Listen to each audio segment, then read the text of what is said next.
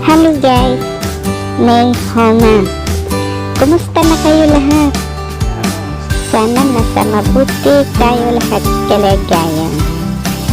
So ngayon naman guys ay ipapakita ko sa inyo kung paano ako magbabad ng paa sa mainit na tubig na may kasamang Chinese medicine food sa bag.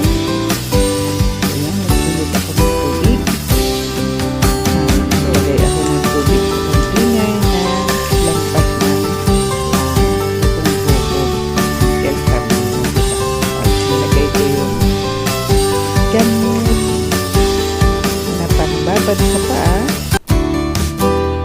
Nilagay ko yung paa, tinimpla ko muna yung kaya ko yung init, pero sabi is 45 degrees ang init.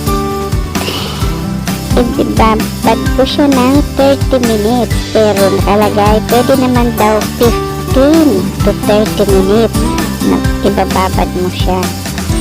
So ayan guys, enjoy din sa pagbababad ng paa pag may time. Hindi naman kailangan hintayin natin na meron tayong nararamdaman. Pwede natin gawin yan kahit wala tayong nararamdaman. Basta yan ay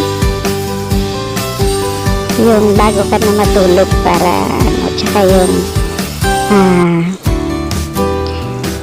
lalo yung mga gumagamit ng tubig na may asin, delikado po yun. Kailangan pag nagbabad ka noon hindi ka na tutungtong uli sa tubig na malamig. Kailangan diretsong matutulog na para sure na hindi tayo mapasukan ng lamig. So ayan, o diba, ako kasi napakarami ko ng litid sa paa, kaya talagang minabuti kong ibabad na siya at